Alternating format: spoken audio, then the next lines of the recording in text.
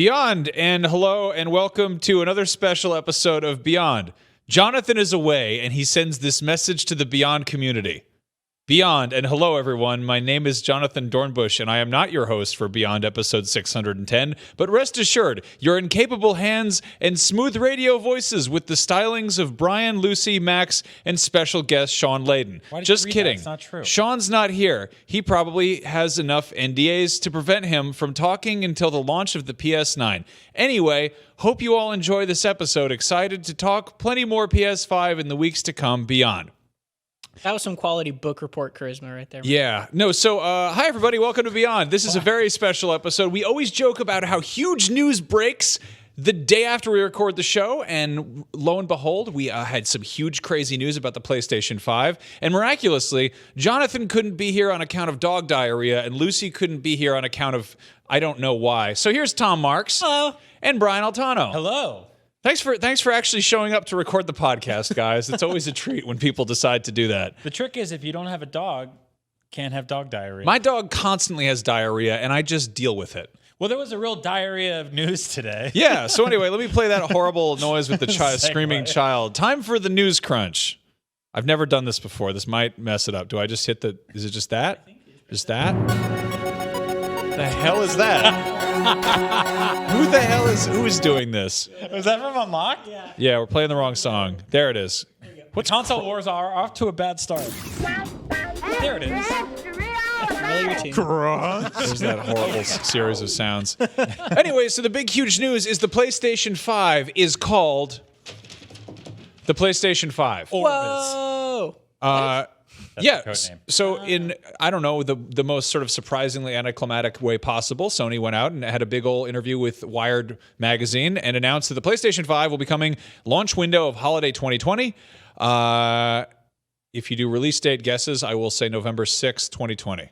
That's from Jonathan. He wrote a bunch of stuff. He did all our homework for us. But yeah, so they talked a bit about what we can expect. I think the big thing here is controller upgrades, which I wasn't really expecting too much of. Well, it's hard to imagine, right? Like, it feels like in the last generation jump, like we've just made these tiny incremental changes to controllers. The Xbox 360 controller, Xbox One is like pretty similar. DualShock 4 to DualShock 3, even pretty similar as well. Like the touchpad, obviously, lots of new things, but yeah, some cool upgrades coming with this. Yeah, so they did the interview with Wired and then released like this sort of unceremonious like official blog update that was sort of just kicking around some features for their controllers, which is like cool, but in a year where we didn't get an E3 press conference and we aren't, I believe, getting a PSX, like I don't, then it's like this is, I don't, it's the same thing with the Sean Layden news. They're just like, here's a tweet. Like this has been the Sony trend this year. I'm not a fan of that. I think that like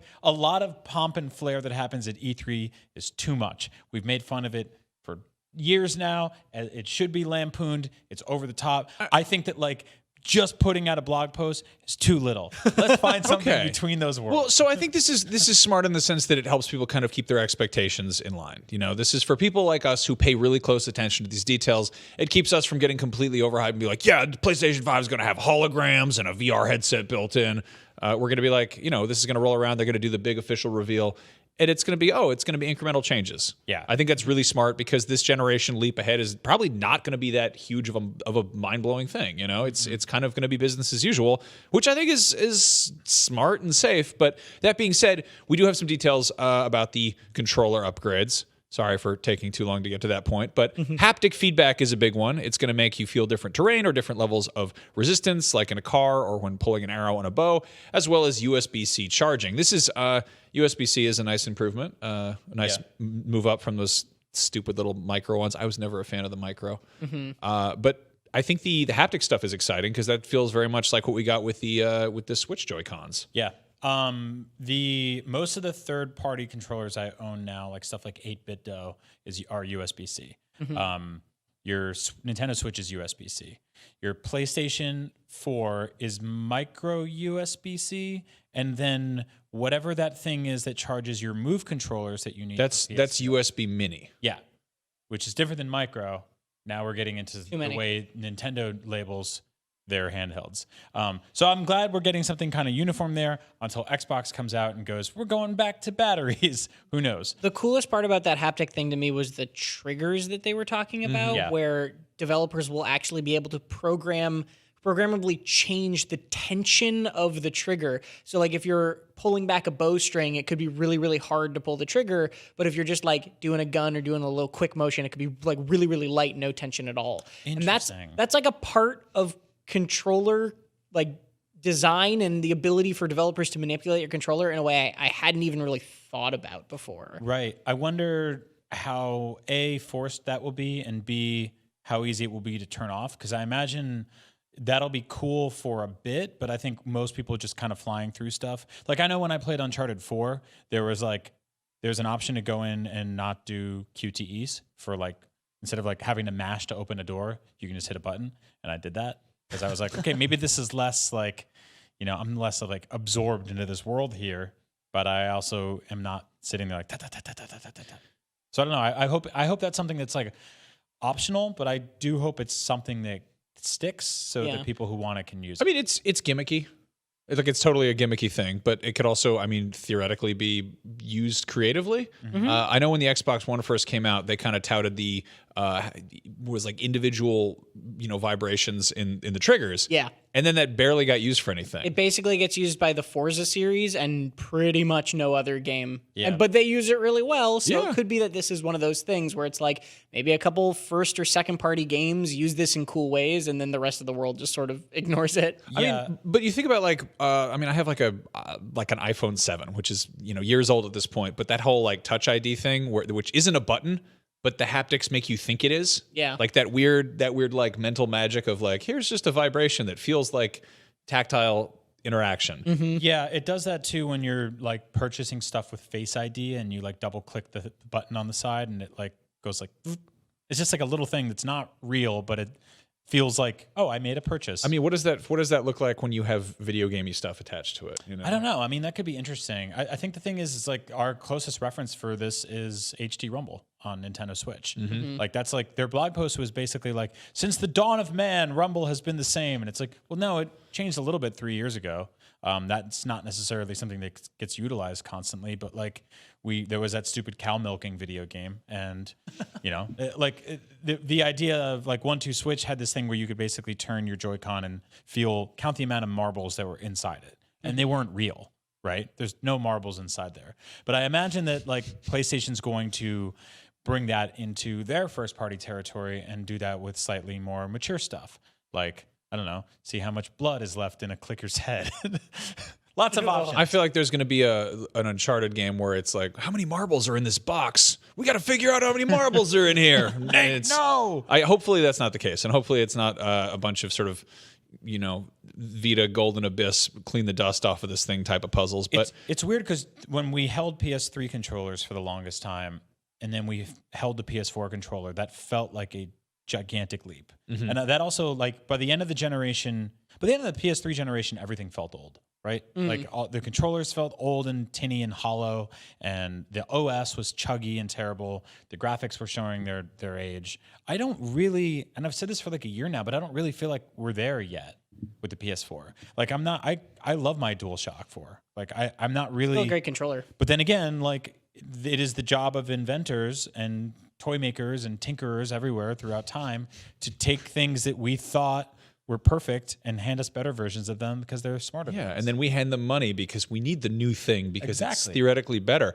Or there's Mad Cats who does the opposite. Yeah. A lot of this stuff does, now that you mentioned money, sound like these controllers are going to get more and more expensive. Yeah. So what I'm wondering is, are they going to keep the same sort of basic form of the DualShock 4? Yeah. Because they went back and forth, and that's become pretty much the standard for this generation. And it's weird because I know that by the time the sort of DualShock 3 rolled around, it was sort of divisive. A lot of people would go, "Oh, it's too small for my large hands," and everyone loved the 360 one. And I feel like we're kind of at this happy medium now where the DualShock 4 is like close enough to like a Xbox One controller that people can kind of make peace with it. Yeah, I mean, I think that one of the things that Xbox is doing really well in that space is A, the customization options, which are really wonderful. You can hop online and design your own controller colors. And B, the sort of way they scale to how much you really want to put into them, like the Elite controller. And I think that like if the PS5 launched with A, customizable controllers, and B, sort of various SKUs that scale to how much money you want to spend and how much sort of bells and whistles you want, that'd be really awesome. I think that's like something that they sort of missed out on. And I don't know how well stuff like the Astro controller or like a couple of like Scuff and stuff like that. There's a bunch of third parties that have like kind of encroached in the space of slightly more high-end versions of DualShocks, et cetera. And it would be cool if Sony just kind of grabbed that microphone and they were like, let's own this. Like let's make that actual, let's give those options to the players so we can spend even more money like idiots. One thing I'm pretty curious about is if they're spending all this kind of energy into the haptic feedback and the making, just really tweaking a new controller across the board. I wonder if this is going to be sort of extra compatible with VR stuff, because they've been slowly building up PSVR. I know that there's that, trying to find that sort of sweet spot for, like, there are Sony PSVR games you can play with just a controller. Yeah. And I really do appreciate that. Me too. Not having to need I mean, that would be pretty nuts if they were like, hey, you can get Move controllers, but you can also just use two DualShock 4s. I don't know, or DualShock 5s or whatever they call this thing. Like, I feel like the haptic stuff kind of really lends itself well to like, oh, you've got a thing on your face. You need that extra sort of, grounded sensation to be like, oh, you're opening a door. And that was one of the things they talked about in this Wired article, right? Was that Wired got to play like a custom version of Astrobot with this haptic feedback that had like every time you walked over different terrain, you could tell if you were walking over metal or sand or whatever the case may be. So I think they're already thinking about that stuff, and I agree. I think that's a really, really good use of what is otherwise potentially just like a very subtle upgrade to Rumble. You can use it in a way that is really significant. Right. Well, I mean, as of the day the PS5 launches, the PlayStation Move controllers that we use with their flagship futuristic VR device will be 2 generations old. That's insane.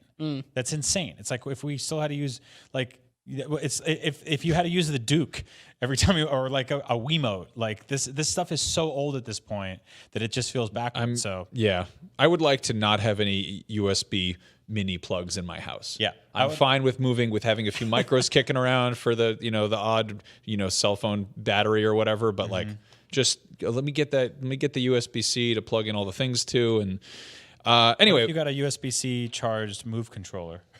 If they have the exact same thing, but like it's USB-C now, we just be like, shut up. Yeah. That would be not okay. That would be not okay. I agree. It'd charge faster though. Yeah, that's true. Yeah. Now let's see. We also found out they're going to be 100 gig optical discs with 4K Blu-ray player disc drive, that's good news. Industry standard now. So yeah. Thanks. Game installs will be customizable. I read somewhere that it's gonna be pretty mandatory, but it's nice that I think it's gonna be like, do you want the super high res graphics pack, or do you want like the, basically having that kind of modular options of how much space you want the game's taking up. That's really good too, because that's significant in a lot of cases in terms of hard drive space. Like I think it was the HD texture packs for Monster Hunter World on PC would make it like an over 100 gigabyte install when it was like otherwise just like a normal one, just from doing that HD texture. So doing customizable installs like that where you can just say, no, I don't need that. I like that. It's very nice. I mean, it'd be cool if you could just be like, how much of this game, like, are you gonna play multiplayer? And you're like, no, and it's like, get rid of that then. I feel like this console. I mean, the size of the actual optical discs is interesting. It gives us a sort of spectrum of the amount of file sizes we'll be dealing with. If you're mostly digital like me, it's sort of irrelevant. But it also leads to the question of like, what sort of storage space will this console need at launch? I feel like a terabyte will be the absolute bare minimum they can give you, and that's kind of unprecedented for these kind of things. Like I would kind of love 2 terabytes, because if you look at stuff like especially backwards compatibility, Red Dead's a 100 gig game. The Last of Us will be, Last of Us Part 2. That's 2 massive discs. Like we're going to run out of space very quickly, especially if we have access to a back catalog and we start re-downloading a bunch of PS4 games, potentially with HD texture packs and stuff like that. Like that's going to fly very quickly. So I think I will demand right now 2 terabytes bare minimum. Okay. I'll still buy it. That's a bold demand. We'll let them know. Yeah. Now I'm curious here. I imagine, okay, it says 4K Blu-ray player disc drive. Does that confirm it's going to play 4K Blu-rays, or is that just saying that type of media it's using? Probably that too. Yeah. I imagine they can't skip another generation of 4K. That would be a weird move. Yeah. Also, it'd just be wonderful if they said 4K Blu-ray disc drive and then in parentheses does not play 4K Blu-rays. For games only, Yeah. no movies. What's odd about that is that, like, since basically the dawn of PlayStation, their consoles have kind of been tethered to the frontward-facing and revolutionary medium at the time, from like CDs, DVDs, Blu-rays, and then this time around they were like, no thanks. I mean, I have a PS4 Pro. I have an Xbox One S, which I think plays Ultra HD 4K Blu-rays or whatever. does, yeah. Right. I don't have a 4K TV, so it's a sort of non-issue at this point. I wonder if they just kind of looked at, like, and obviously the PS3 I think was a Blu-ray player before people needed that exactly. Like, it was kind of ahead of the curve. Yep. Whereas the PS2 was completely hitting that sweet spot of like DVDs, they're out now. I wonder if they just took a look at it and they're like, is it worth the licensing fees of like every like 4K Blu-ray player we put out there? Do people need that, or enough people still just using regular HD? That's exactly it. Actually, I read that there's basically like a cost that gets kind of inherited by Sony every single time they sell something with that license. So they probably looked at it, and you said like ahead of the curve. I think maybe they looked and they were like, we're kind of late to the party. Like that was sort of in a weird medium area between the 4K movement at the time. The thing is, next gen or next year or even the next 3-4 years, 8K is nothing but a buzzword, and so we don't really have like a big, like, frontward facing, this is your new reason to get a new TV. Like, I've had a 4K TV for like 5 years now. It's awesome. I love it. But I have no reason to get an 8K TV because there's not enough content to justify that. And no one, like you said, no one should expect 8K to be any sort of a thing that you need or probably even want in an enthusiast level for probably until the PS6, Yeah. right? Like, this generation is not... I think it's not a bold claim to say this generation is not going to be on 8K at all. No. I mean, it can do it in big air quotes, but it's not going to become a ubiquitous thing. Maybe there's some massive leap that we are understating right now, and they'll do a mid-generation refresh like they did this time around with the Pro. Yeah. But I honestly don't really foresee that happening. And it's also that has to get backed up by like internet infrastructure all over the world, because that is a tremendous amount of data to stream. And so yeah, there is It's a weird arms race. Yeah, there's no big like format or television medium feeding this next generation. I was at CES in January, and they were like, the 8K TVs are here, and it's honestly just companies trying to sort of like just kind of stake their claim of like, hey, look, we've got one. Yeah. But a lot of the new TVs, like the like, here's like a folding like Samsung TV. It was still 4K. It was, and it's the 8K stuff is like, hey, this is going to be your first affordable 8K TV, but what are you going to watch on it? Well, and on top of that, movies and TV and kind of that media might be different, but games, the amount of processing power it takes to render higher resolutions is like, what's the word I'm looking for? You know what I mean? Hard. A pain in the ass. It's multiplicative in its difficulty, not additive, right? Yeah. So it's not just like, 4K is half as much to run as 8K. We're not there yet. 8K is like orders of magnitude more difficult to run than 4K in games. I feel like anybody who's like, "What? I need 8K right now." By the time it's widely available, your eyesight will have deteriorated enough that it will be a non-issue. Yeah, That's and the thing price is- will come down. Yeah. Yeah. Like, I haven't switched to 4K because my eyes are starting to go bad, and I'm like, just sort of squint. It's fine. It's just, I guess 1080p is fine. No, I think 8K Exponential. TVs are like for like rappers and actors and like famous like oil princes and stuff like that. Like, you need serious money to even throw money at that right now, and there's nothing really justifying it. But it's odd. Like, if you look at like big sort of gimmicky movements that have happened in visual mediums like television, stuff like that, most of them have come and gone. Like 3D, glasses-free 3D, curved monitors, like a lot of that stuff is basically just like, none of those really became industry standards. People just want a big, flat, gorgeous thing that they can look at. And so, like, we'll see what happens there. My prediction at this current state is that next gen will be about frame rates. It'll be about locking all those assets into place in a way that doesn't dip wildly, which is what we're seeing a lot of right now. And like the PS4 Pro and a lot of environments and a lot of games gave you the options to basically be like, do you want frame rate, or do you want graphics, or which do you prefer? I have a feeling like those options will become a little bit like a little bit stronger, and that there'll be less up and down dipping. So like something like Digital Foundry will basically like have a little bit of an easier time. Mm-hmm. They'll still be working their butts off over there, though. Or potentially those options will just go away, and it'll just be one that is graphics, frame rate, resolution all in one. Yeah, yeah, that'd be great. Especially just don't even think about it. Don't make the consumer think about it. Just present it in its perfect clarity. I'm also pretty stoked about just like load times. I saw a thing about how the SSD is going to be super fast and snappy, which is great. I want that. I don't know.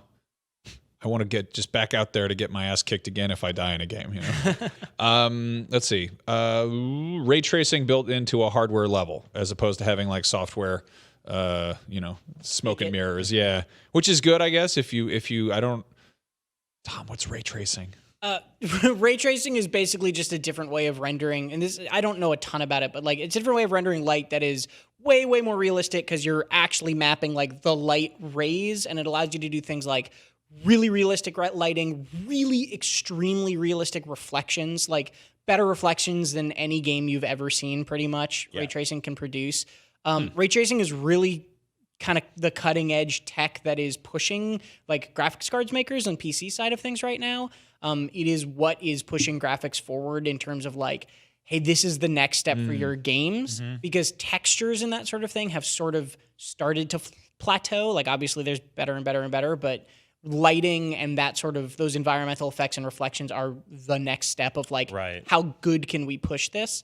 And it's really cool to see consoles and the next generation of consoles lean into this, because it's something that like not a lot of games use ray tracing yet on PC, and the ones that do either have performance issues or aren't fully utilizing it, or you need an insanely strong PC to use it. So having a commitment from Sony that this is a thing that they're investing in on this next system is extremely exciting, because if they can get it working and they can get the push behind it, it could really change the way games look. Yeah, that's cool. Yeah.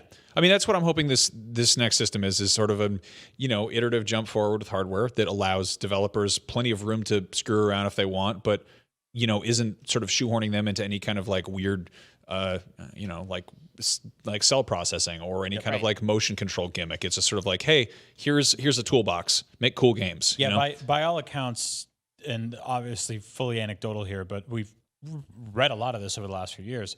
The PS4 was night and day in terms of development ease versus something like the PS3, which you remember playing Skyrim and having to like leave all your keys in one room before you walked into the other. Like that's a game that never actually really worked like ever. That was just, and it worked pretty much everywhere else. So that was just like a clunky, difficult thing to work on. And so as long as they make that easier, I'm happy for it. What strikes me as interesting about the timing of all of these announcements is this feels like a sort of like shot, across to see who makes the next move. Like they are putting out a lot of tech stuff, and there's obviously this is very like rich in that sort of like very finite detail of what this thing will be as a machine. But is Microsoft looking at this going like, oh, let's, bump up the graphics on level 4 or whatever? Right. Like, are they saying what now our next chess move is in January? Were they planning on putting out something this week and now they're zipping their lips? Like I'm way more interested in that side of it. Like the technical side of it is something I'll never truly understand. There are far smarter, better people than that, smarter people than that. I couldn't even say far smarter people right there. Smart farter. Far farter, daughter. And so I'm more interested in like, how does this sort of like this play out this next year, this sort of, back and forth. Well, and to that point, Microsoft is doing a similar thing, right? Where they're like announcing things, but not really announcing things. And everyone's just like putting out feelers and getting closer and closer and closer. Yep. And it's going to lead up to that game of chicken of like, who says the price first? Who's going to pull that trigger? And then what happens? Yeah, that's what I was going to bring up too, because that's such a weird thing, because I feel like with video games, video game prices have been the exact same price for 20-something years, right? We're so accustomed to games being $60. We've talked about this ad nauseum. developers are finding other ways to make money using, gambling And we're onto them. microtransactions. We're onto you. But also, paid DLC, content drops, like additional story modes, stuff like that. Video game consoles are getting exponentially more powerful and thus one would think more expensive. Everything else in the tech space has gotten more expensive. Phones are ridiculously expensive versus when they first came out. But there is a sort of an understanding and an expectation that you never go above $500. Even $500, like people kind of look at you like you're crazy. But you can't buy a high-end gaming PC that does what this is doing for $500. And so what are these things going to be going to cost, and are people going to be willing to pay for them? But to be fair, that's almost never been the case. You can, if you line up any console launch with its PC equivalent, the PC is almost always going to be insanely more expensive, right? Because they can work with very specific hardware and they can work with manufacturers to develop these things, and they can take a loss, all right, on the hardware of the body. Well, that and Nintendo, very publicly, is one of the only, and I'm not even sure where they are with that now, but they've been one of the only hardware manufacturers since ever that don't sell their hardware at a loss. Right. Whereas people like PlayStation and Xbox make up that money in software and in video game controllers, peripherals, knickknacks, USB mini cables, all that sorts of nonsense. Honestly, I'm more curious about the controller cost than the. You talked about it. You mentioned it earlier, but I'm so nervous that these controllers are going to be like $80 each or right? $100. Yeah, that makes me so nervous. But we'll see. Will they be worth it? I mean, that's the thing. This is this is your tool to play the most incredible high-end and occasionally exclusive video games in the world, to explore new worlds, to experience narratives like never before. And we're like $40, and it's like, well, yeah. Well, there's got to be a push and pull there. There's the possibility that there's the flagship controller. You get one that it's shipped with, and then maybe they'll do the 2DS approach where they're like, yeah, there's the dumb version. You can have the DualShock, 4.5 instead of the DualShock 5 or whatever. It's exactly. No rumble, no kickstand. You can't dock it. Yeah, if you just want to push the buttons and not feel the coarse gravel under the Astrobot's feet or whatever. Home screen will be more informational, multiplayer server info, single player mission details, etc. I love the PlayStation 4 home screen. The only thing that really bugs me about it is when it occasionally chugs. But yeah, it hangs every now and then when you go to the store or you go to your library and you go to download something, and it's just it sits there for 5 minutes. That's gotten better. Yeah. Around the middle of this generation, that was actually infuriating. It kind of chugged a lot and got hung up a lot. But I'm mostly happy with that OS. I pop over to my Xbox One X and I'm like, I hate this OS. I straight up, and that's they've made incremental changes to that thing constantly, and I just don't like it. It feels both cluttered and empty at the same time. Whereas on PlayStation, I kind of know where everything is, and I really hope they don't reinvent the wheel there. There are some things I want big shifts, and then for the OS, just gradual baby improvements there. Nothing too. I'm with you on that. I have all my folders. I know where everything is. My Firewatch theme. Love it, yeah. Changes the color of the mountains depending on the time of day. Seriously, shout out to the Firewatch theme. If you needed the best theme for PS4, that's it right there. I have the Yakuza 0 one that has really loud typewriter noises whenever you move anything over, and my wife hates it. She's like, that's too loud. Turn that off. I disabled all system sounds on my PS4. You open a folder, it's like a gunshot. It's awesome. One person dies in that game. Anyway. Yeah, so in other news, firmware 7.0 for PS4 is on the way. It's got remote play for Android devices, which is cool. And they're, I think, entering crossplay's out of beta for PS4, which is, these are these little incremental tweaks we get right now. Well, the crossplay thing is so funny to me because I didn't even really realize that they were calling it a beta exactly. If you look back at their announcement, it was, but it sort of gives us an answer to all these moments where games weren't allowed to have crossplay. The Wargroove developers famously called out Sony for Sony being like, we'll let anyone have crossplay, and they were like, hey, you denied us. And this is Sony essentially being like, we're going to stop doing that now. And that's really nice because now we're hopefully going to see a lot of these smaller developers like Wargroove say, okay, we can actually do this now. We can get crossplay out. And I'm really, really glad it went this way because there always was the chance that Sony was going to be like, you know what, we we don't like this. This hasn't worked out, and pull the plug. And they didn't do that, and that's really nice. We did a poll on IGN asking people what games they wanted a sequel to the most, and everyone wants a God of War sequel very badly. Which I could kind of see that. Do you guys want to see that stick with the Norse setting, or do you want to see it kind of dilly dally around and go someplace else? I'm down for it to go anywhere. I'd like it to go one more Norse and then go wild, right? Like, I think it would be really cool to have it explore a ton of other pantheons, and I don't know, if they can. They need to come up with good reasons for it, because I think one of the great successes of the newest God of War is that it both rebooted, in big air quotes, the series and didn't. Like, I really loved that this was a super fresh start and so connected to the original at the same time. And I think they'd need to figure out a way to do something similar or strike that balance if they were suddenly like, hey, we're going to Egypt and now it's the Egyptian pantheon. That's a delicate thing to get right. I'm like honestly way less concerned with the setting as much as I am like, how do you recreate such an incredibly impactful, deeply personal story? You can't have Kratos' wife and mother of his child die twice. Maybe you can. I mean, but that's not up to me. That's up, Corey and friends get to figure that one out, and now they have to because it won our poll, and so that's legally binding poll. Yeah, I'm way more concerned with that because that is a tough act to follow, man. That is like a very, very like gut wrenching, heartwarming game that like made me tear up at the end, and that like hit me at a really personal time, and it was a really powerful game, and I don't honestly understand how you recreate that. I think moving it to Egypt is like secondary to me than like how do you tell another story that beautiful? Right, which is also why I think that they shouldn't just make the jump immediately, right? Like I think this setting definitely has more life in it. Yep. Or they could go a crazy wacky way and have it be starting in Norse and then they go different places in the middle of it or something like that, right? Like it is not cool. Stuck to one just area.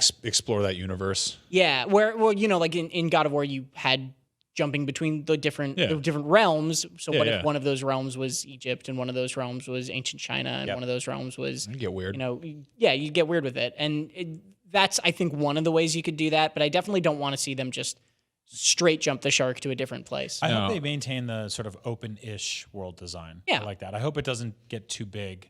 I actually love how that game was laid out. Yeah. The best thing I could hope with that sequel is that they just take their time and don't rush it. Yep. Now we got some updates out of New York Comic Con about Avengers. First of all, Brian, we were at New York Comic Con. A lot of people came up and said hello, so huge thank you to everyone who did that. That was wonderful.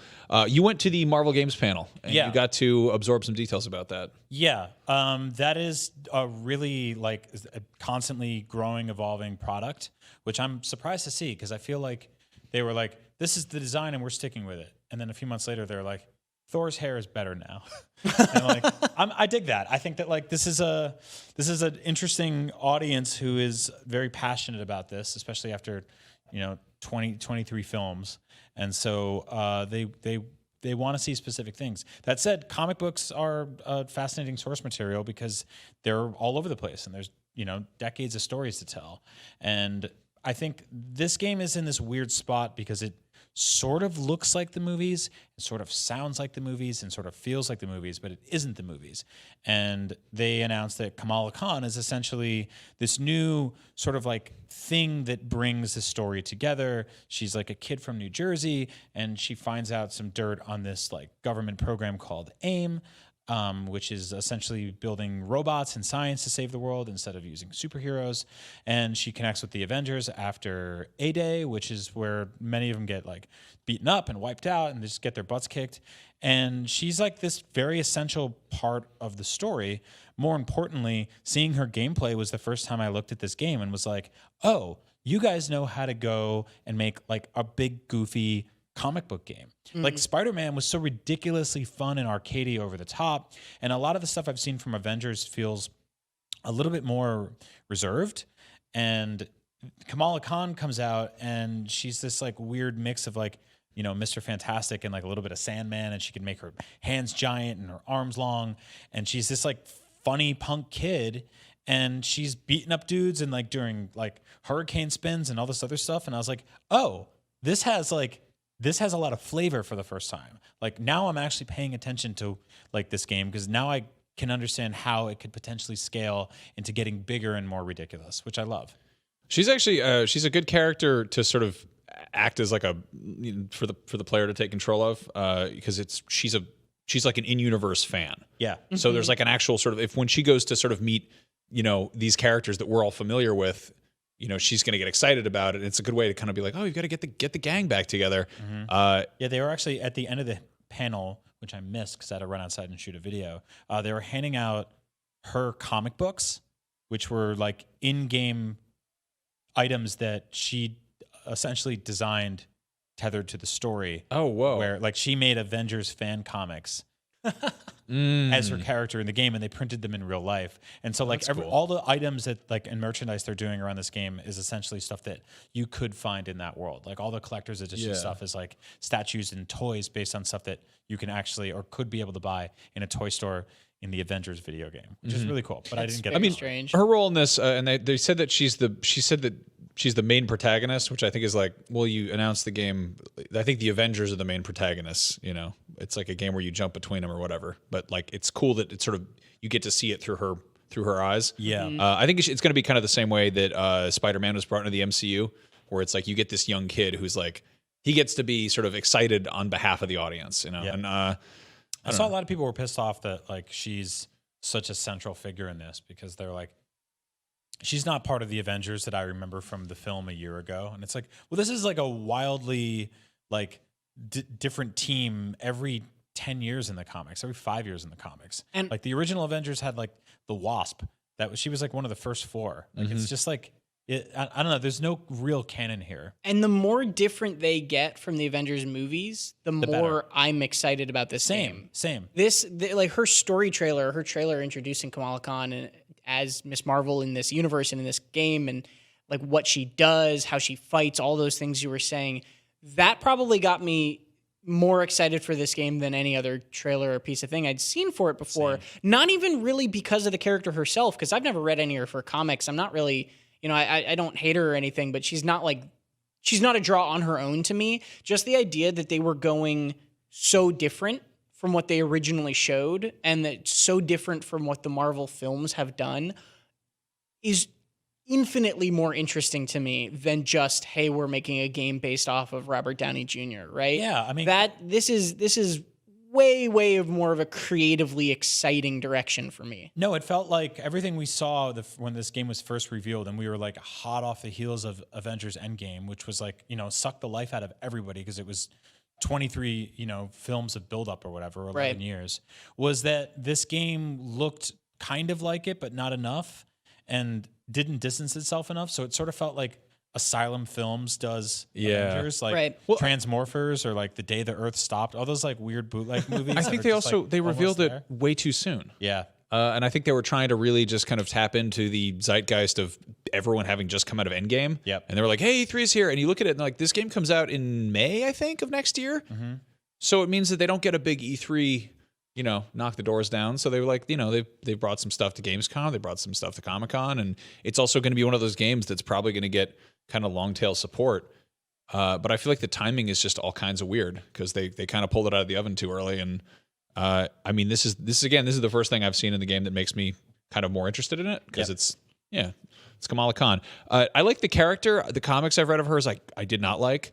One thing that's worth noting is I think she's kind of a gamer, which is funny. But what I hate is that in the comics I've read, they do that thing where they don't want to name drop existing games, so they like make up like it's like War of Worldcraft, and I'm like, shut up, just say it. You're not gonna get sued. Just say the thing. It'd be funny if she's playing like some like cheap Avengers game on her phone, like some match 3 puzzle game. I would love that. The Avengers are heroes in that world, and she's a big fan of them. It'd be really awesome if she's like sitting home drawing fan art, making comics, and like playing crappy Avengers video games. She Does runs Marvel like Puzzle League still exist in the Marvel Avengers? That'd be actually like, so I love when like you can play video games in video games. Like there's an excuse for that. So that'd be really cool if like, I don't know, when you pick her character, you can pause it, pull out your phone and just like play Puzzle League. That would be ridiculous. So So in other news, Concrete Genie is that out? Is that officially out, or is that almost out? We got a review up for it. Soon. Yeah. Yes, but we did review it. The review is up, but in better news, Jonathon did an interview with the folks behind that. So we are going to toss the interview. Jonathon, take it away. Thank you, Jonathon, for what I'm sure was a wonderful, heartfelt, serious introduction.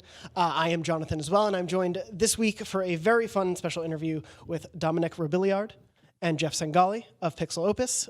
You guys are just releasing Concrete Genie. It's finally out for PlayStation 4 with PSVR support in there. We'll get to that through the interview. First, I want to say congratulations to you both and to your team as a whole. Thank you. I know the game's been in development for quite a while, and it's exciting to see it finally come to fruition after having gotten to play it myself, see it at various events and whatnot. It's exciting to have the full game out there for people to play. This is a big moment for us. We have been working on it for several years now. The team's just put so much love and affection and kind of passion and hard work into it. So we're all really excited to get it out there. If you don't mind, just get up right to the mic. That'll be fine.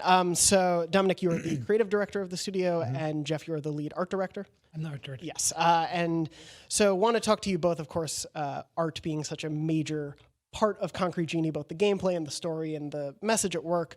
But maybe for those who don't know at home too much about the game or just have a general overview of it, can you both tell me sort of what Concrete Genie is in a nutshell to you guys and to the team? Yeah, of course. So it's a game about a boy who can bring his artwork to life. And so that's what all the gameplay is about. We've come up with some unique mechanics that let you paint on all of the walls in Denska, and then all of the strokes and the brush marks that you make in the world come to life.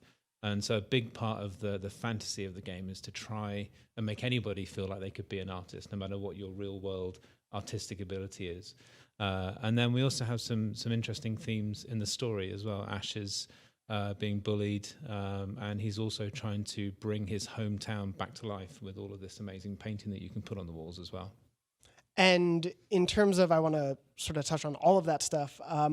Ash's journey in particular, I was wondering if you could tell me a little bit on why he made sense as the protagonist in terms of his love of art, and then what he's having to deal with these bullies who kind of come in and make his life a bit harder than it might need to be. Well, interestingly, those parts of the concept were there from the very, very beginning. When we started our creative process for beginning our second game, we did a bunch of team-wide brainstorms, and the original idea for Concrete Genie came from our VFX artist, who's a guy called Ashwin, which is why our main guy is called Ash. And the very first piece that he drew to help communicate this idea was a painting of a boy being bullied, and he was drawing these huge characters on a wall and imagining them sticking up for him against the bullies. So those things were in the concept right from the very beginning. And then when he shared that with the team, it just inspired everybody, and it just led to a very, very productive period of prototyping, artistic development, and all of these things started to gel into something that we felt we would have something important to say about. And so it was all kind of there from the beginning, really. Well, and I love how the game and its art really brings along the messages in that story. But I did want to sort of ask how you settled on the artistic direction of this game in general. Obviously, you were mentioning a lot of that main story was there from the beginning. Was the art style much there at the beginning? Did it go through a lot of evolutions? How did that change? You know, it did evolve over time, but I'm very fortunate in that our entire art department, which is incredibly small, they all have the ability to actually create visual development. So just after Ashwin created that image, we all sort of started to create visual development for the game. And right away, we sort of gravitated to artwork that looked like it had a sense of handcrafted quality to it. So we started to kind of research and look at stop motion animation and how, you know, there's an incredible amount of attention to detail in stop motion. And now with the technology we have, you know, very realistic lighting within the game. And we loved how practical lighting can yield some amazing emotional effect. So we started to create artwork that was sort of in the same genre as stop motion, and it sort of developed from there. But we're really fortunate in that we have sort of two art direction styles within the game. We have the 2D world, which all of our genies live within the walls of the city, and then we have the 3D city. We really wanted to make sure that that the city itself became a canvas for the sort of dynamic color and luminosity of essentially Ash's imagination within the walls. And two things from that. One, I do want to emphasize for those who may not know at home, Pixelopus, you guys are first party within Sony. You're a bit of a smaller team than some of the other teams at Sony. You really are it's 18 people, I believe. Do I have that right? Yeah, or a bit less than that, yeah. a bit less. And I mean this fully and openly. Another coworker of mine and myself said this almost at the exact same time to each other as we were playing. This is one of the most beautiful games we've seen in a long time. The art direction that you guys have brought to it is really incredible, and that balance between the 3D world and the genies is really fascinating and interesting. And I did want to talk about the genie design too. I was wondering if you'd tell me a little bit about how that came about, because you do have to balance your artistic intentions with creating the genies as well as allowing the players to create them. So could you tell me how that?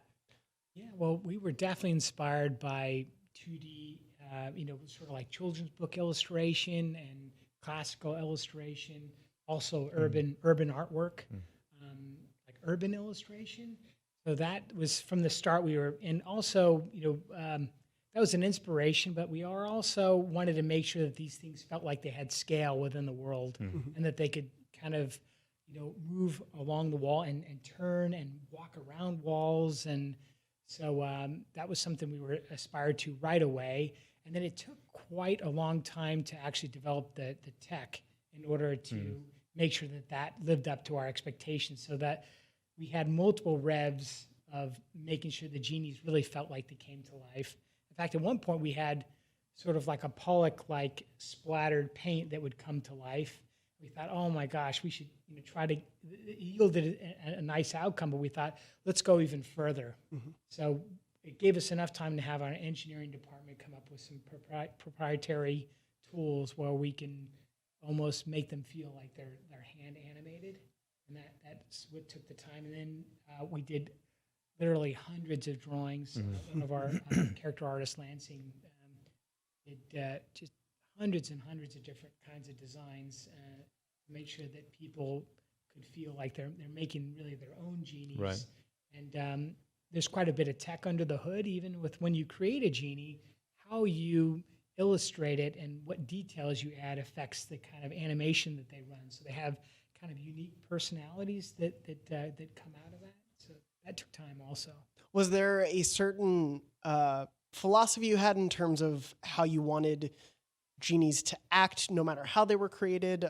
Because each genie you can collect a handful as the story goes on.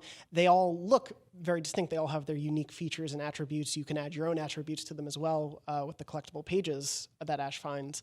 But at the same time, they do all feel very much of a piece of Ash's art style. Can you talk about what the design philosophy specifically for capturing the genies was? Yeah, we going through that iterative process, the one thing we always wanted to make sure is that they felt like they would either be your friend or bite you.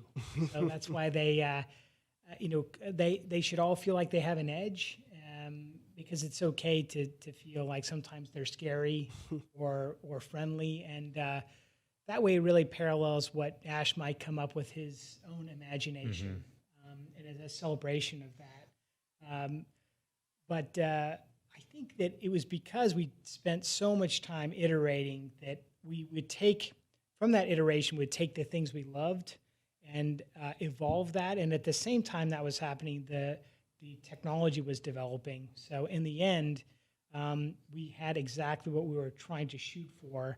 Again, this is over a number of years. So it really took quite a bit of time. And then actually the color timing and the amount of luminosity is really tricky just to achieve, because if they blend too much into the walls, you lose the animation and the character. And then if they stand out too much, it's also, they don't feel like they sit properly. So that took a lot of time just to make them feel like they really are within the wall surface. And then they run a complete set of AI, and they have ballistic tracking, and they even have a full physics system that they run also. And then they interact with each other, and then they interact with the 2D world also. So what you paint and draw as far as the organic world will sometimes interact with that. Well, and let's talk about that painting. I do want to get back to Denska as a setting and the sort of contrast it makes with what you're drawing. But in terms of what you as Ash can create, can you speak to a little bit of, you were mentioning you want anyone who even may not feel like an artist to feel like an artist when they're playing this game, but you're still working within parameters as a player. Can you describe a little bit of how that system works? Yeah, of course. So we actually evolved the painting mechanics over several years, and we tried many different variations of them. And it speaks a little bit to what Jeff was talking about as well, that the amount of choice and freedom that we've been trying to give players as they paint has been really important to make the whole concept of the game kind of fit into place. Because when we started, and some of those aspects early on were a bit limited, it was kind of holding things back. And so it meant that we had to really invest a lot more time and effort into making sure that you had more freedom and agency when you're painting. And the thing that we kind of quickly butted up against is, how do we make it so that you don't have to be intimidated by it, and you don't have to have any artistic ability to make something that looks good? And that was when the really kind of interesting challenge of trying to find how we take the marks that you make and embellish them just enough that you feel good and it looks awesome, but you haven't changed them so much that you don't feel like it's your artwork anymore. And that's this kind of very, very delicate line that we've had to balance on all of the kind of 60 brushes that you paint with in the game. And they're all meant to feel like a toy in a way. So we tried to add a lot of variety in how they come to life, how they get drawn. A good deal of them respond to how much pressure you're putting on the trigger as well. So there's all kind of little nuances you can discover as you paint with them more and more. And we tried to make them like a fun toy to experience. And, that's the other thing is the audio that goes into that too. So each one also has a unique musical instrument that plays with the brush as you're playing. And that's always in time with the music that may be playing in the soundtrack, and always in key. So you feel like you're contributing to the music of the game, not just the artwork in the walls as well. And I think that the thing that we found and what that has brought to the game and the concept of it is that it makes you connected to the artwork. It makes you care about it more. Hopefully it will make everybody's version of this game look different, which is really important to us, especially for the ability to share something or stream something. You want to make sure that what you're doing is kind of personal to you. But for the story, the reason that's important is that you have to feel connected to the artwork, so that when all of these terrible things that are happening to Ash, you understand what that feels like, because it's not just his artwork, it's your artwork as well. And so that's how, and the main reason that we wanted to take this game on as a project was because we thought we could have something important to say about that actually within the gameplay, not just the story sequences. Well, and in terms of that gameplay, as you mentioned, Ash has so many different brushes that you collect throughout the game and have that ability to really make your version of that world your own. And it's, I love that you decided to leave the artwork that you create in the world. Yeah. So as you continue to progress through, it stays there. Right. Was that permanence part of the game for a long time? Did that come in later? What's behind that decision? Talk about it. It did come in later. It was difficult. It's very challenging to, from an engineering perspective, to allow you to paint on any of the walls and have it completely persistent for an entire playthrough, especially as each level essentially is building up the traversable space. It's not an open world game, but we think of them as kind of open neighborhoods. Yeah. And we want that kind of space to grow. So having that work and have all of your artwork up on every wall stay there was difficult, but it comes back to that critical thing in the concept that you have to feel connected to your artwork and you have to care about it. And so again, it wasn't until we could deliver that the whole concept didn't really start to slot into place. And in terms of actually creating that artwork, want to get into the little bit of the nitty gritty of how you do it. So it's when you want to start initiating Ash's painting, you hit the right trigger. Yeah. You have the ability to undo with the left trigger, but you can either, if you want to turn on and just have it be the right thumbstick, you can do that. You can do that, but the base version of it, and the way I preferred playing definitely, is through motion. Yeah. And sort of, I assume, to simulate a brushstroke. Absolutely. That being the intention. Can you talk a little bit about how you landed on that sort of gameplay mechanic? Was that always how it worked, or did you go through? We tried lots of different versions of that as well, right from the very beginning. And the thing that we found, I mean, you know, as a gamer, there's a part of you that has some level of skepticism about motion controls. But the thing that we found when we tried it is it worked perfectly for us almost from the very beginning, with very little kind of tweaking and adjustment needed. So depending on how familiar you are with motion controls, it can take a bit of getting used to.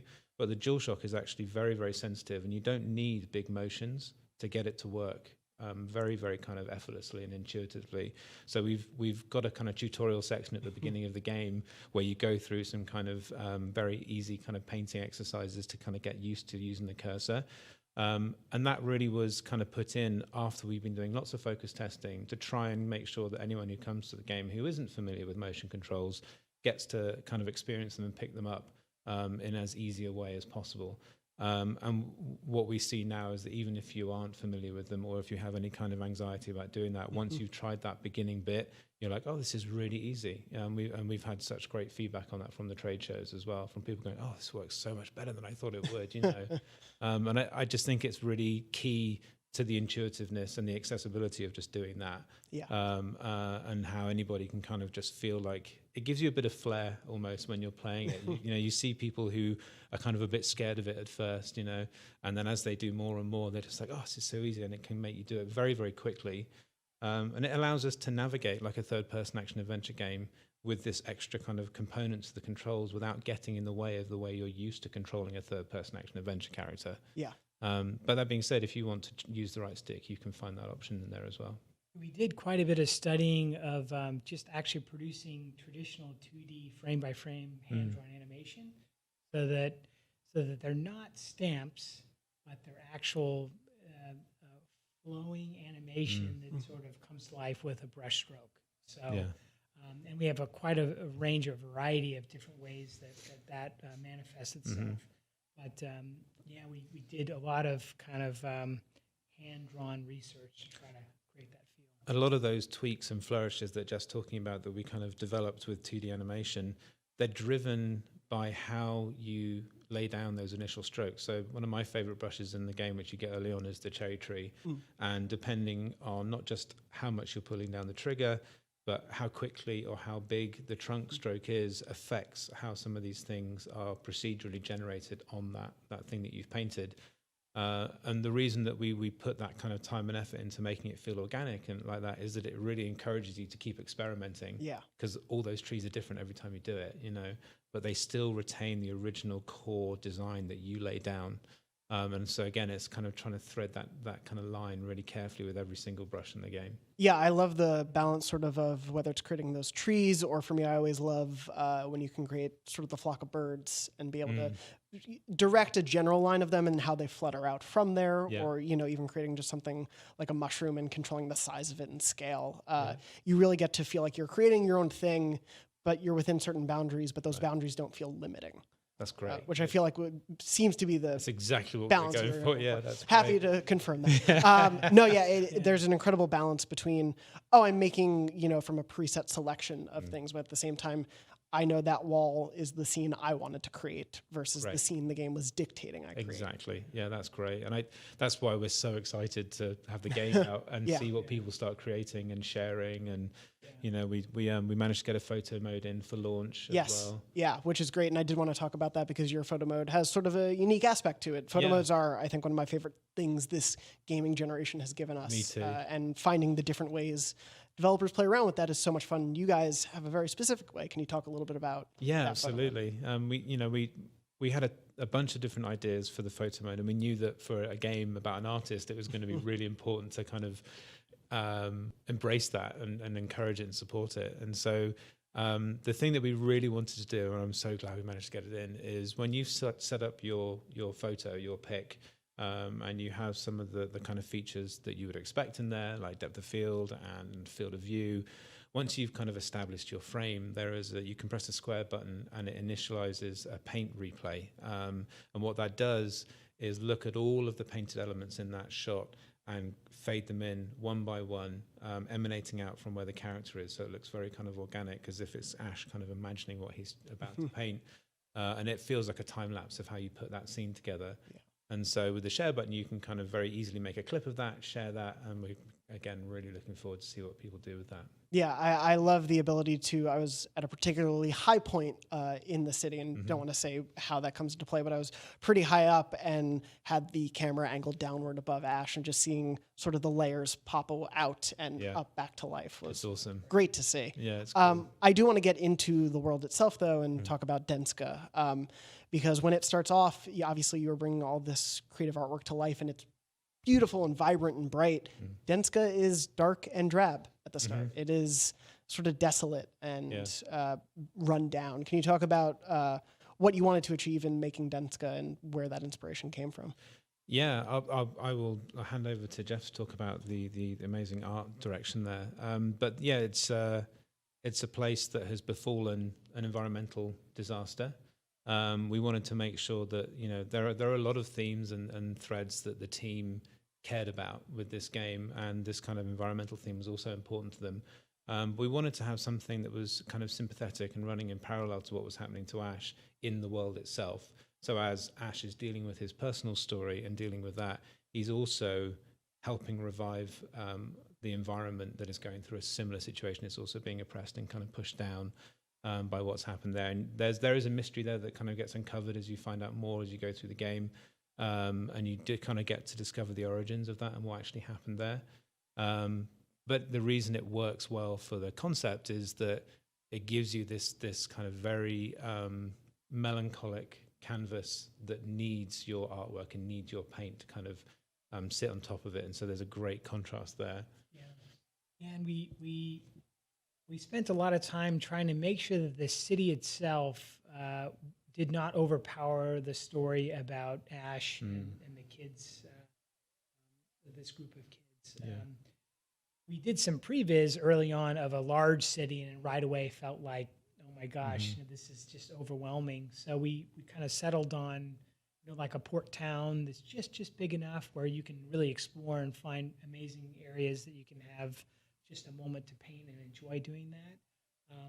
And then we wanted to make sure that the city itself felt like it was out of time. Like you really don't know what time period this takes place. And we did that by designing all the vehicles. Everything is all from the art department's imagination.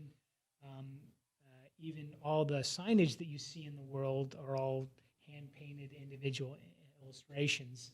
So that was challenging, but a lot of fun for us too. Again, kind of mimicking the handcrafted quality of stop motion.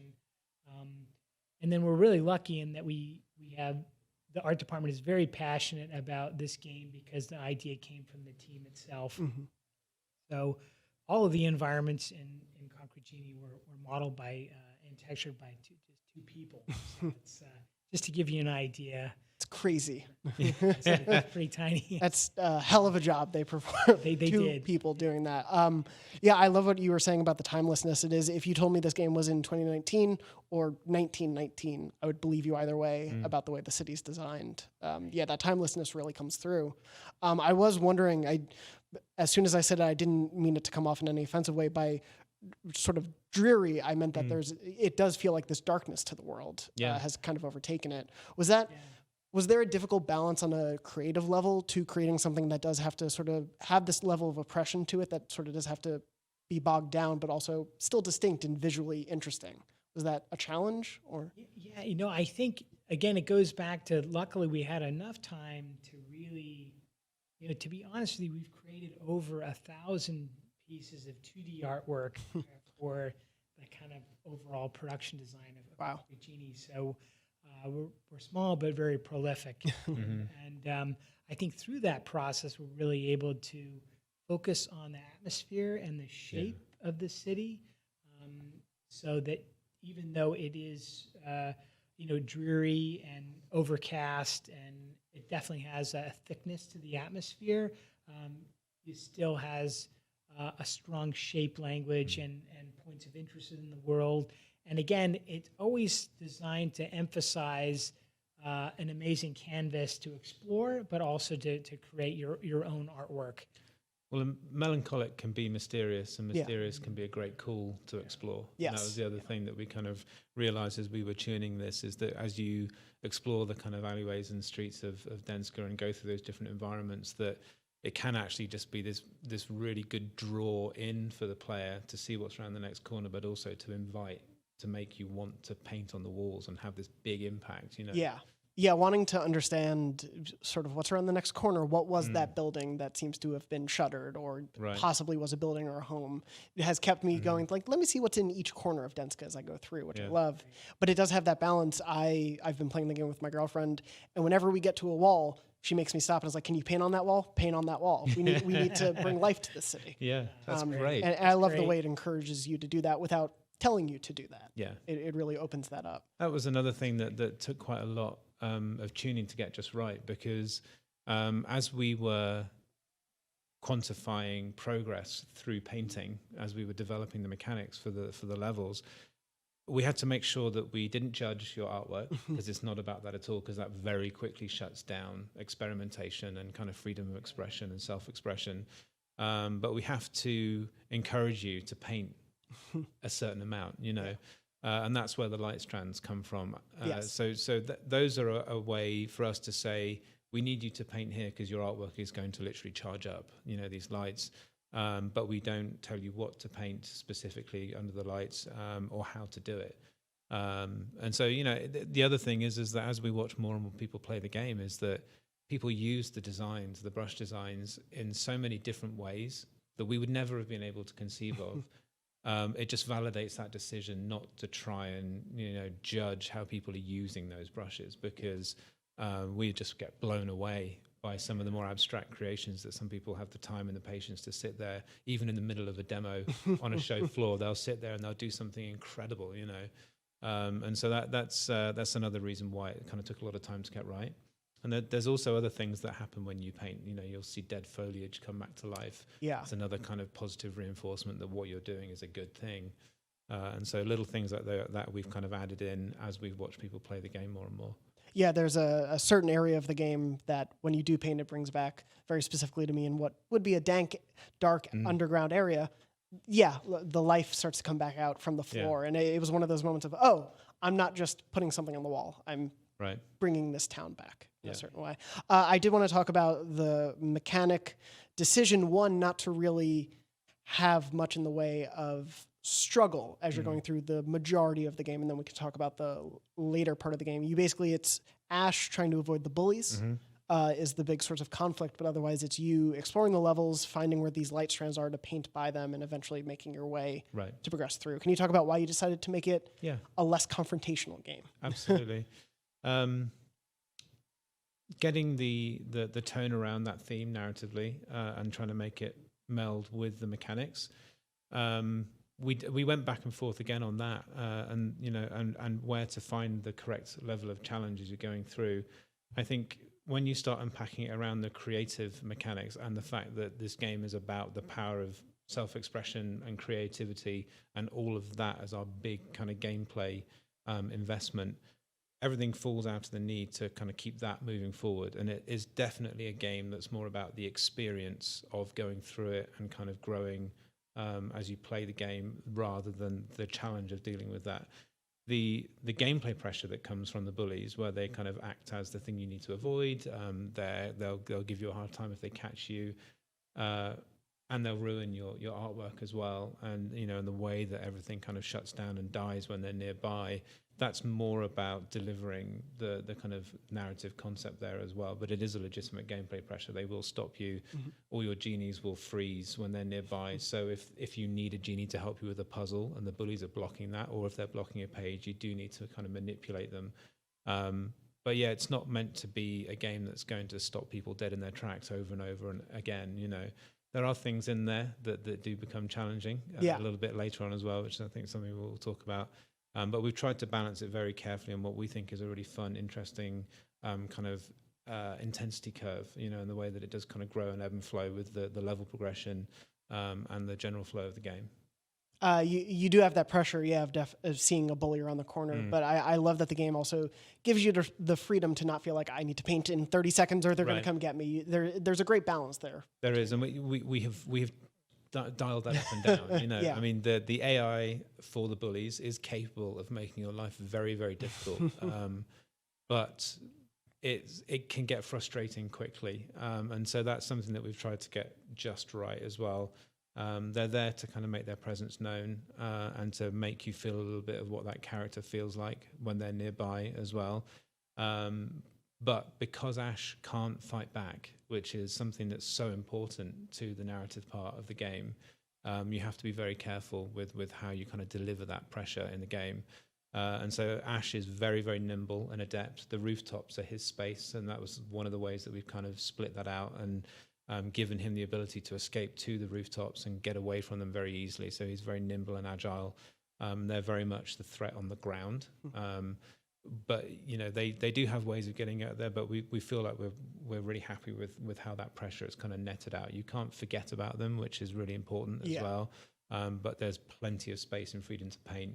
We've also put lots of kind of safe spaces on the roofs as well. So when you do kind of escape from them and get up there, there's plenty of places to kind of just relax and kind of, you know, if you want to have a moment to just paint and kind of catch your breath. You can do that too. Yeah, I love that balance. And, you know, if people out there, once the game's out, I guess decide they want more of the bullies, just release a super expert hard mode and have people challenge themselves that way.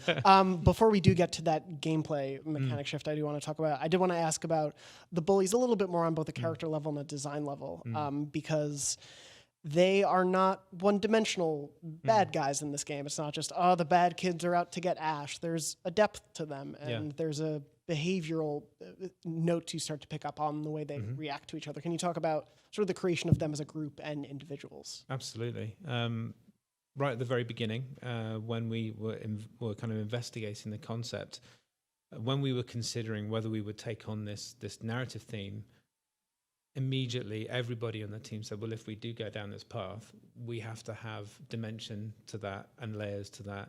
And it can't just be presented as a one-dimensional kind of enemy in the game. And so that led to research. You know, we started looking into it ourselves, and we agreed right from very early on that all of these kids would have their own backstory.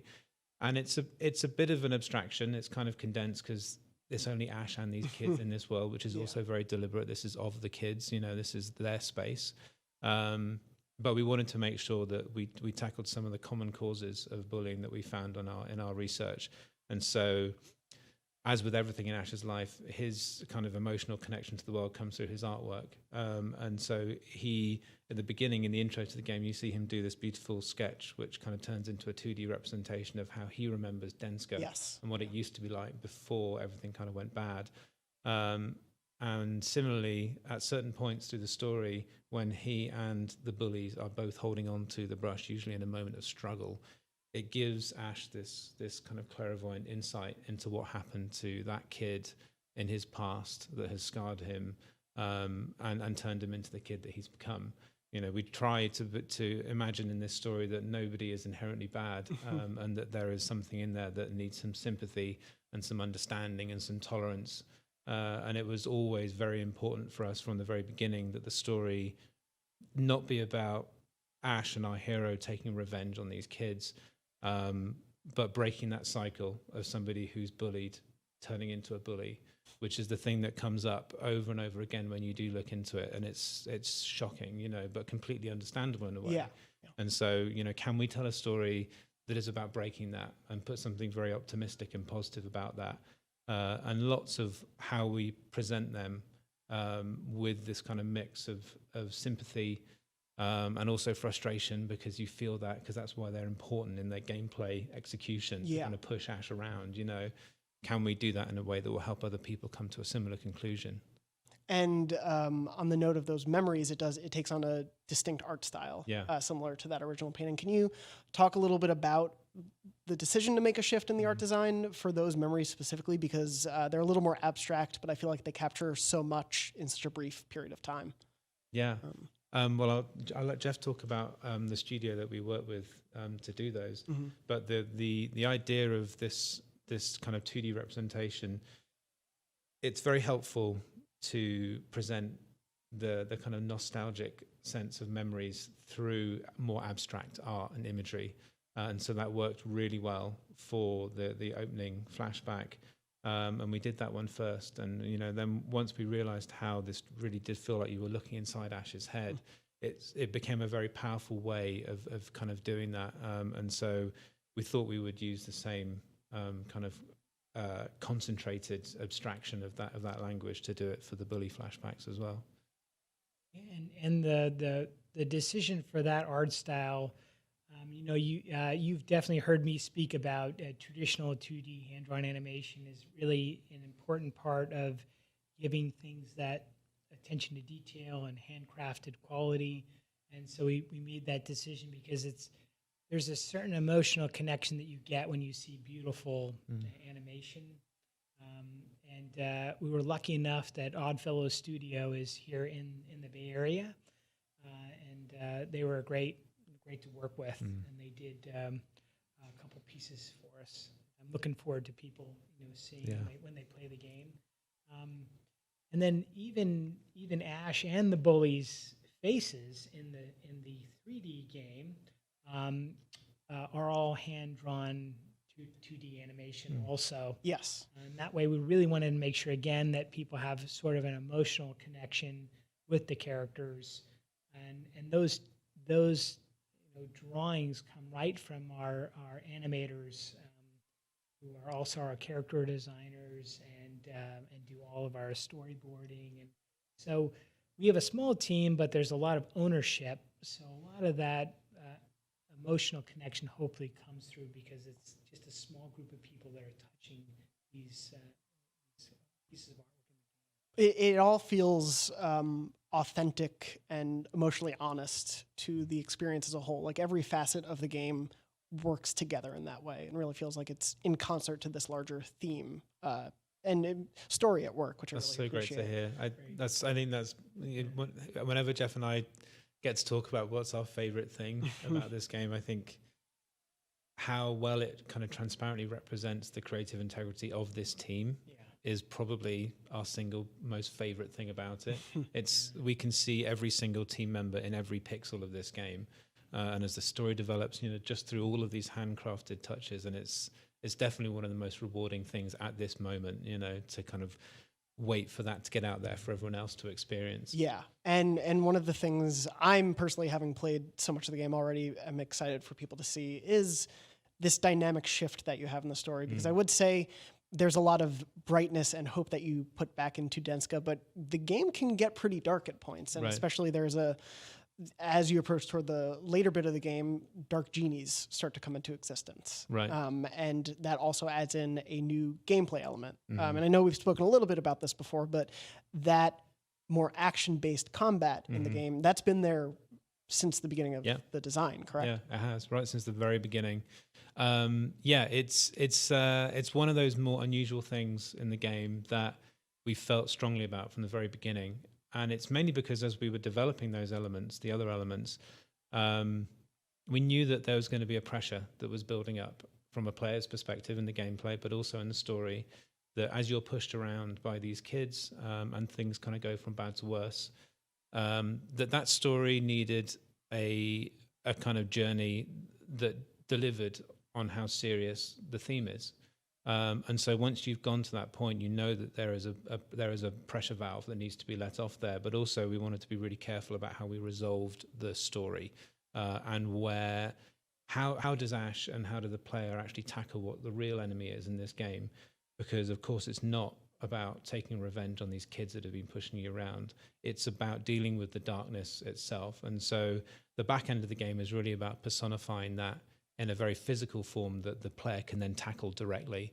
And so that's why the story goes to that place. And then from a gameplay perspective, we knew that by this point in the game, you're going to have a certain amount of frustration that's part of the story that needs a pressure valve to be let off.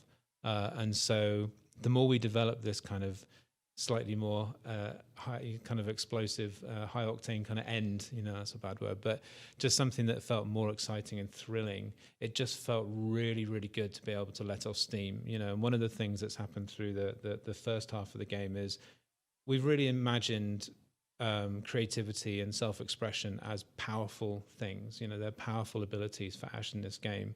And so this is like a kind of ultimate expression of that, what happens, and your moveset change. You get a whole bunch of new abilities through this kind of final act in the game that really make that feel good and satisfying. And they let you tackle like I said, the real enemy of this game, which is the darkness and the negativity, and kind of win that fight.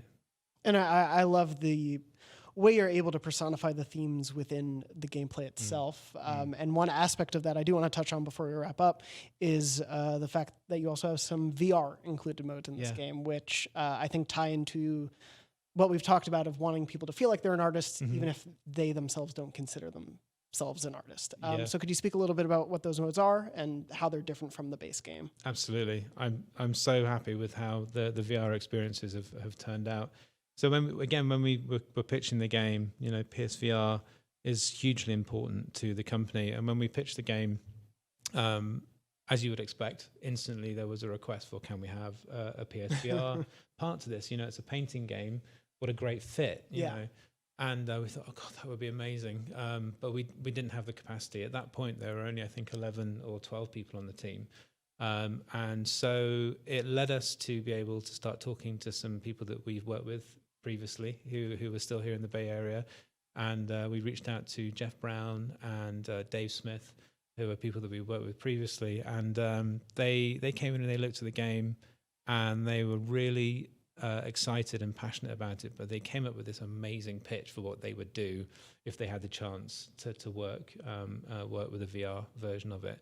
What if you could actually step into one of your paintings, go into the world of the genies, and then have that kind of liberated through the freedom that you get with VR and turn into a kind of 3D painting version of Concrete Genie. We were so blown away. We spoke to our bosses at San Mateo, Ken Inagaki and Connie Booth, and said, hey, look, here's an amazing idea for a VR version. And we've got two amazing people. Can we start a new team here? And so we began the process of building a new kind of VR incubation group, and they've been sat next to us working on that for the last couple of years as well. Amazing. Yeah, and that's where those two modes came from. And those modes, was it difficult to, because I've gotten a chance to play with them both before and as the game's coming out, you are in that 3D space now of the genies, and you're able to paint what you're able to paint in the campaign in a sort of a new platform. Was that difficult to, one, have the artwork stay true to what you have on a 2D plane? Was it difficult to have some of that stuff have a 3D sense to it? Can you talk a little bit about the art design carrying through from the base game to the VR? One of the main reasons that we wanted to make sure it was done properly was to get VR experts in. And so, Jeff in particular had been working for several years at the Oculus Story Studio. And so he was very on the cutting edge of a lot of those techniques and those things that you would have to do to make that transition work. And then as he's built the team as well around them, they've managed to get other people who are very experienced in VR.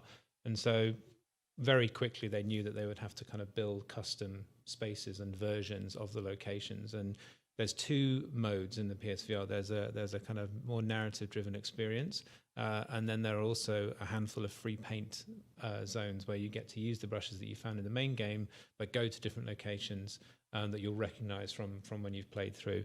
But they've all been built custom from the ground up, so they will look exactly the same, but they've been very carefully crafted to work from that first-person painting perspective, which has all come from that team. Amazing. Yeah. Two quick things before we wrap up. First, this wonderful creature on the table with us. This is sort of emblematic of the genies in the game. How did this particular creature come about? Can you speak to his history? Yes, I can. Its history, excuse me. Yeah. Well, one of the fun things about working in PlayStation headquarters is there's a fabrication department, and so we get to work with this amazing guy called Gary Barth, and he gets to make wonderful things for all of our first-party products. And when he saw Concrete Genie and we said, hey, can you help us? He managed to find somebody to build these kind of handmade one-off prototypes.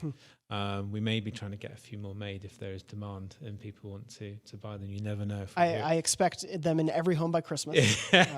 He's very cool. He's posable and everything. So that's amazing. If we hear enough demand on Twitter, hit us up on Twitter, then we'll see what we can do. And he's really fun if he's in a low light situation. He glows in the dark too, which is kind of neat. We should have done this interview in the dark and just had to stick out. That's right. And the last thing Jeff, you had mentioned there are thousands of pieces of artwork that you created in the process of making this game, you and the team.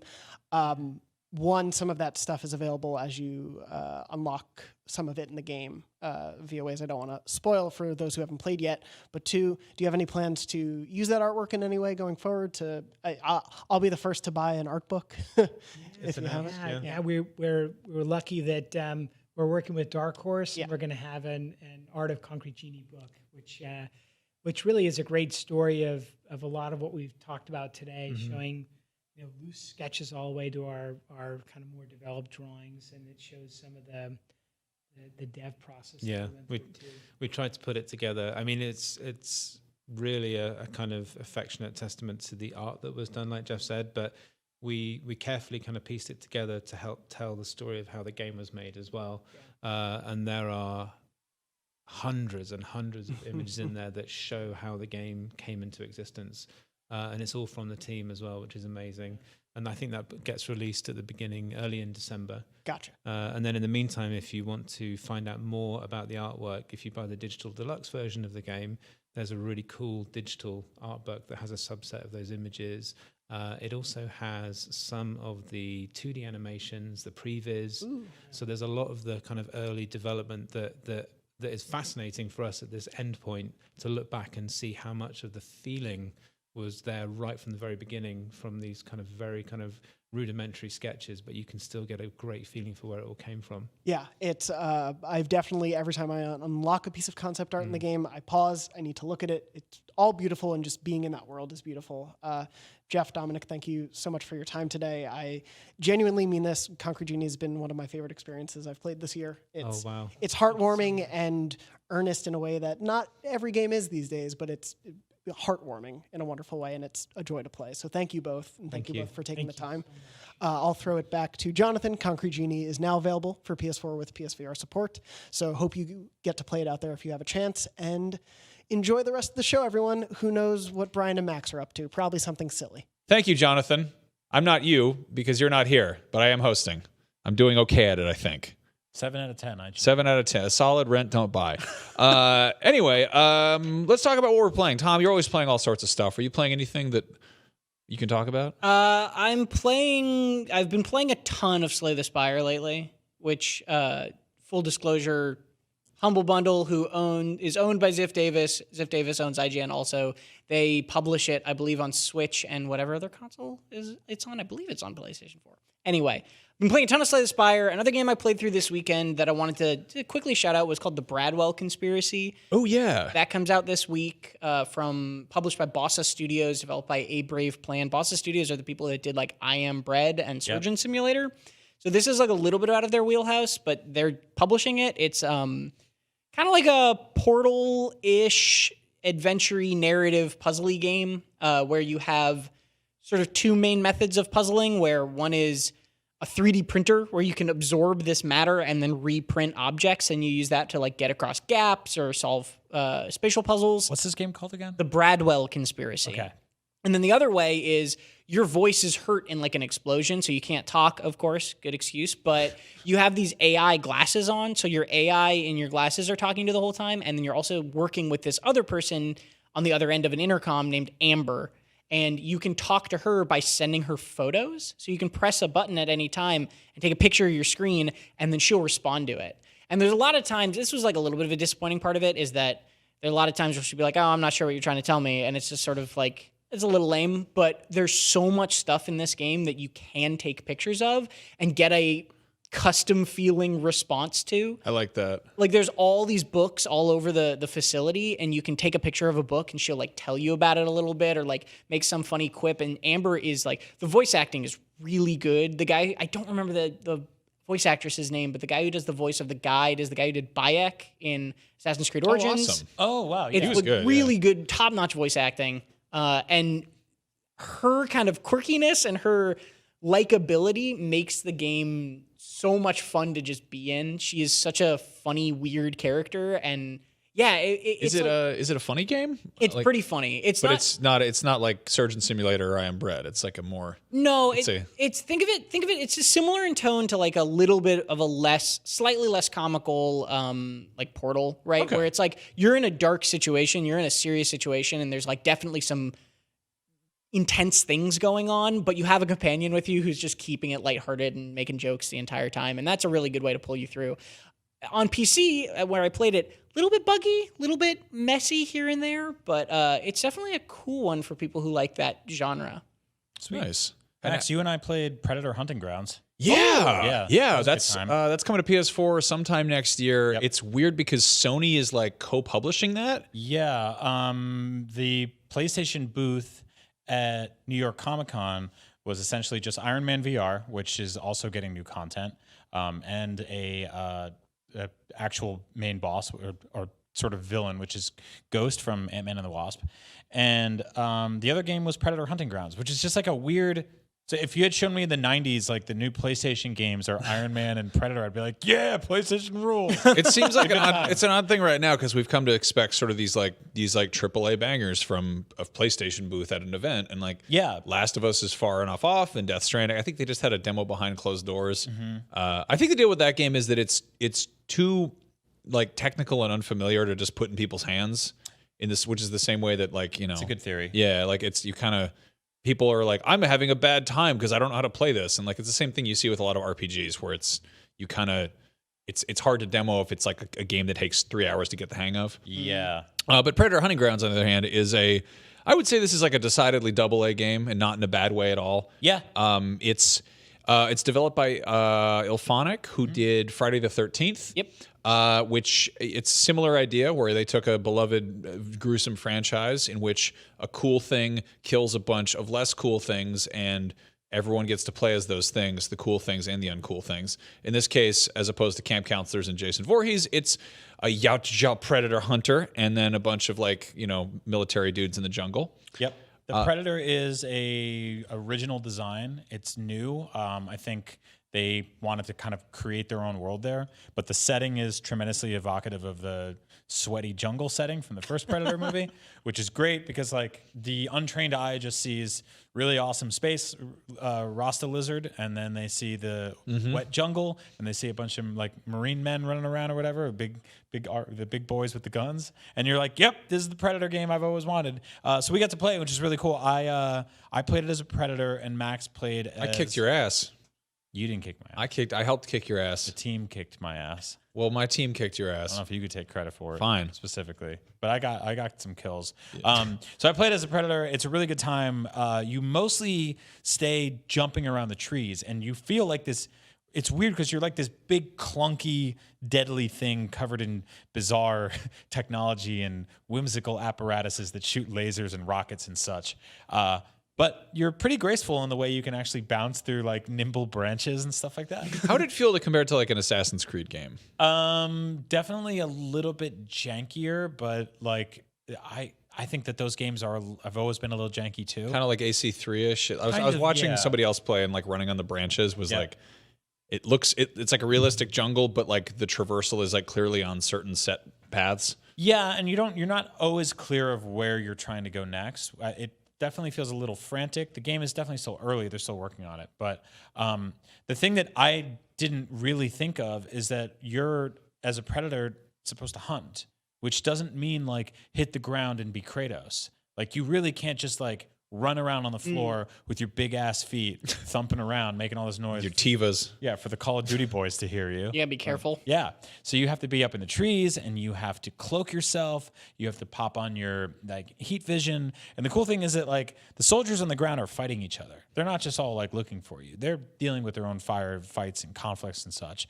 And so you start to see their heats flare up from their guns and their nozzles and their sweat, and you jump down there and you start killing them. And so I would occasionally get greedy and hit the ground and just start meleeing like 4 or 5 boys in a row. And they'd all come after me. Can you melee the enemies, like the AI?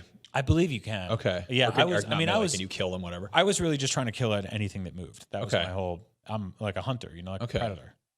Okay. Yeah, that's one of the cool yeah, so I got to play as basically one of these army military dudes, and it's pretty standard, like 4-person squad. There are 4 classes. It's like assault, scout, sniper, and close quarters. And basically everyone just picked assault because it's like easiest to pick up or whatever. Yep. But you have you have a quick heal and a grenade and a sidearm, and it's like feels like very boilerplate shooter. But what's cool about that is it's like if you jumped into this game not knowing it was a Predator game, they'd be like, all right, go to the cartel outpost and hack their servers and do the objectives, and it's very like standard. Go to point A, go to point B, do the thing. But then sort of spontaneously in the midst of that and little firefights with AI bad guys, the Predator shows up, which is like such a wonderful kind of like curveball. Yep. And I mean, obviously I knew it was a Predator game, so that wasn't a surprise, but like at which point the Predator would show up, I wasn't really thinking about that. Yeah. And Friday the 13th is a game, you start that game and you're teenagers, you're hanging out, and it's like, you got to start the car and get off of Camp Crystal Lake, or like, you got to figure out how to use the generator to electrocute Jason, or whatever the hell it is. They're like those are very survival based objectives, which are kind of like, I feel like they're just sort of boring. Like if Jason wasn't there, what would you be doing? You'd be like camp counselors trying to like get to second base, or do drug stuff in the bushes. Like in this case, you have like a primary objective, and it's to shoot the bad guys and like blow up the server and do all the military guy stuff. And so when the Predator shows up, you're kind of keeping busy. Like you've got multiple things to juggle, which is like, that feels like properly asymmetrical to me. And I was thinking about this, like obviously one thing people compare it to is Evolve, which had, you're running around on this map and there's like the monster running around there, and there's there were all those like sort of AI controlled like wildlife enemies out there, which you could fight and kill, but they didn't really feel like a point to it. Yeah. It felt like, you can get extra bonuses or whatever. But in this case, the Predator is like hunting people and trying to kill the humans who are playing. But the humans are like trying to actually get a job done. You're trying to like take down this. It's also like that world is inherently more interesting because I've seen great and also terrible movies based on it. Yeah, it's also whereas Evolve is just just a thing that I never connected with. No, but I mean, Predator also has been like ripped off left and right by video games, so it's kind of cool to see like a video game come along and be like, let's try to repurpose some of these things and make a functional Predator game. No, it was really fun. I can't wait to play more. It was a good time. I'm also back on my seasonal Bloodborne binging that I'm doing. Yeah. I always get sort of like, I kind of get in a funk when it starts, the days start getting shorter and the fall rolls around, and Bloodborne's also perfectly wonderful for spooky time, pre-Halloween nonsense. So don't they do like an October event every year too? Yeah, they're doing that. That's such a funny little community. Like I think they're all getting together and they're going to like go fight the pumpkin or the spider together. I don't know what they do. They're going to knock over a bunch of books and do somersaults into some funeral urns. But I'm honestly wondering when I'll ever finish that game, because I just take my time with it. Like I just enjoy poking around in that world, and I'll like periodically text Brian. I'd be like, Brian, I got to the castle. And I'm like, fighting mosquito women. He texted me. He's like, I made it to Canehurst Castle. I'm like, watch out for those garbage men on the front lawn. Avoid them. Go inside the house. I love like, be careful on the lawn. Get in there. And I was like, okay. Also, I like that you refer to that as a lawn. That game does not have a lawn in it anywhere. That's not What do you call the front of a castle?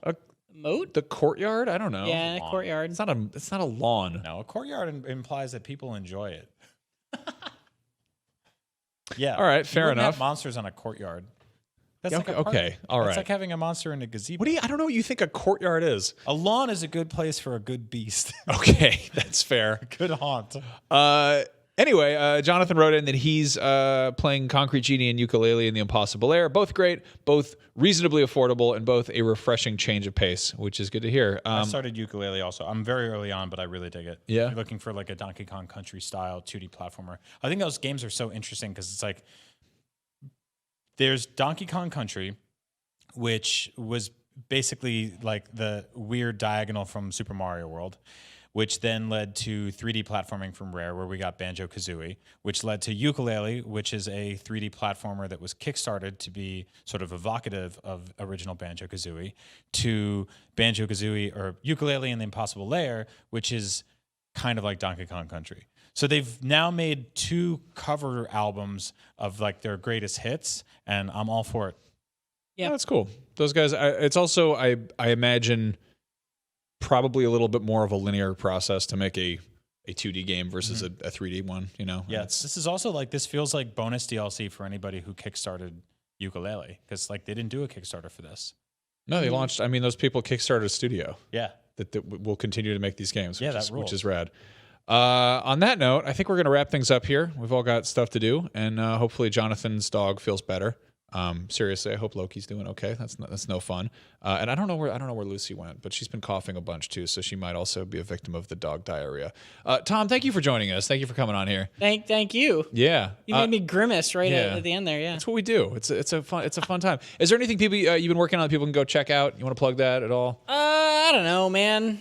Yeah? Not really. Okay, I don't do much around here. that's to be fair. honest. Yeah. No, I did a review of the Switch Lite that no one will care about here, so I don't know. I'm just Maybe they keeping will. busy. It's kind of like we're going the new into Vita. we're going into November and October, so I'm mostly busy like editing reviews rather than writing them or doing that sort of stuff. That's no fun. Yeah, I Well, know. hopefully you get to review a fun game and have a nice time. But anyway, you can find Tom on Twitter. He's Tom R. Marks. You can find me on there, Max Scoville. Brian is Agent Bizzle. Yep. Brian, anything you want to plug? No, we did some cool stuff at Comic-Con that's still trickling out. So Yeah. look out for that. We're working on getting Up at Noon back up off the ground now that we're not going to trade shows every other At week. the very least, we'll be doing a Halloween episode. It'll be very spooky.